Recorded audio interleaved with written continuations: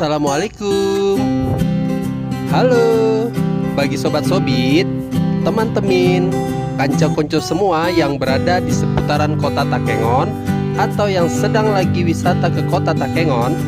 Kalau kalian lapar, masuk angin, bibir pecah-pecah, atau ingin jajanan malam, tapi nggak malam kali. Tiap malam minggu ada acara Car Free Night loh di depan pendopo bupati atau seputaran Simpang 5 Takengon. Ingat, cuma tiap malam minggu. Catet, ada macam-macam jajanan di sana. Ada yang ringan dan ada yang berat juga. Hehe, lumayan enak dan murah. Ada live musiknya juga loh. Tunggu apa lagi? Let's go!